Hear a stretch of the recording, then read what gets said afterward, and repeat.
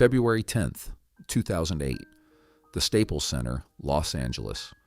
While music's biggest stars gathered for the Grammy Awards, Amy Winehouse sat 5,500 miles away in a London rehab clinic, watching her career reach its absolute peak from the one place that symbolized her deepest struggles. What unfolded that night was one of the most bittersweet moments in music history. A woman who sang, "They tried to make me go to rehab. I said no, no, no," winning 5 Grammy Awards while literally in rehabilitation. This is the story of triumph and tragedy intertwined, of artistic recognition arriving at the moment when the artist herself was fighting for her life. But to understand the profound irony of Amy's Grammy night, you have to understand how completely her world had collapsed in the months leading up to the ceremony. By late 2007, Amy Winehouse was no longer just a troubled artist. She was a tabloid spectacle whose personal demons had overshadowed her extraordinary musical talent. The woman who had created one of the most powerful albums of the decade was now better known for her erratic behavior, her tumultuous relationship with Blake Fielder Civil, and her very public struggles with addiction. The decision to enter rehab in January 2008 was not Amy's choice. It was an intervention orchestrated by her family, management, and medical professionals who recognized that she was in genuine danger of not surviving her addictions. The Priory Clinic in London, where Amy was receiving treatment, was both a sanctuary and a prison, a place where she could potentially save her life, but where she felt cut off from everything that had given her identity and purpose. Blake Fielder Civil's imprisonment on charges related to assault and attempting to revert the course of justice had left Amy emotionally devastated. The man who had been both her inspiration and her destruction was locked away in Pentonville prison, and Amy was struggling with the guilt of knowing that their relationship had contributed to both of their downfalls. The songs that had made her famous were love letters to a toxic relationship that had nearly killed them both.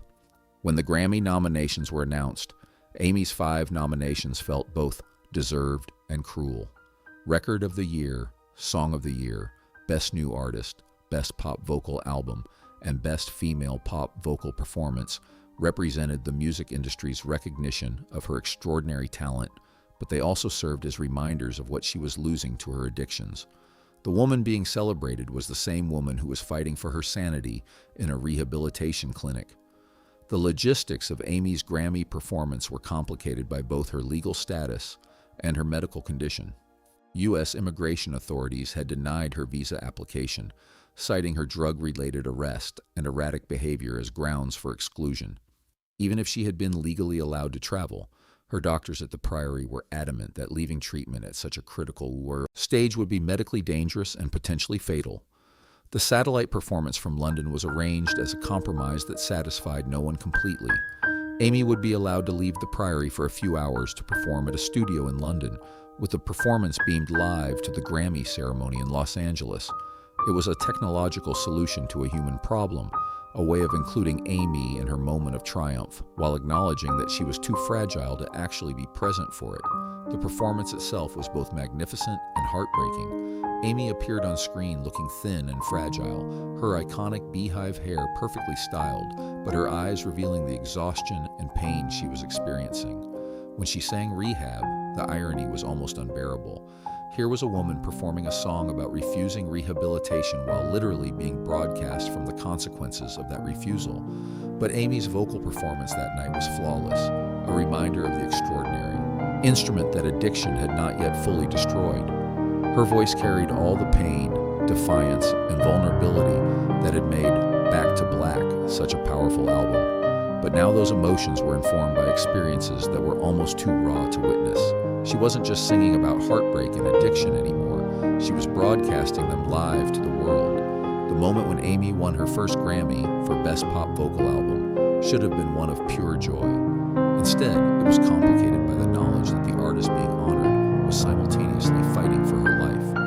When her name was called, the camera cut to the London studio, where Amy looked genuinely surprised, as if she had forgotten that this night was supposed to be about celebrating her achievements rather than documenting her struggles.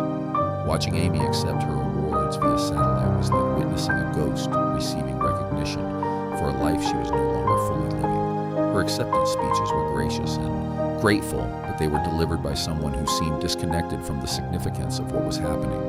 The distance wasn't just geographical, it was emotional and psychological, the result of addiction and trauma that had created barriers between Amy and her own success. The most devastating moment came when Amy won Song of the Year for Rehab. The irony of receiving the music industry's highest honor for a song about refusing help, while she was literally getting the help she had once rejected, was almost too painful to process. It was recognition and intervention simultaneously, triumph and tragedy broadcast to millions of viewers who were witnessing both the peak of Amy's career and evidence of how much she had lost. The 5 Grammy wins that night made Amy Winehouse the most awarded artist at the 2008 ceremony, a historic achievement that should have marked the beginning of a long and successful career. Instead, it felt like a farewell, a final recognition of talent that was being consumed by the very demons that had inspired it. The music industry was celebrating Amy's artistry while simultaneously confronting the cost of that artistry.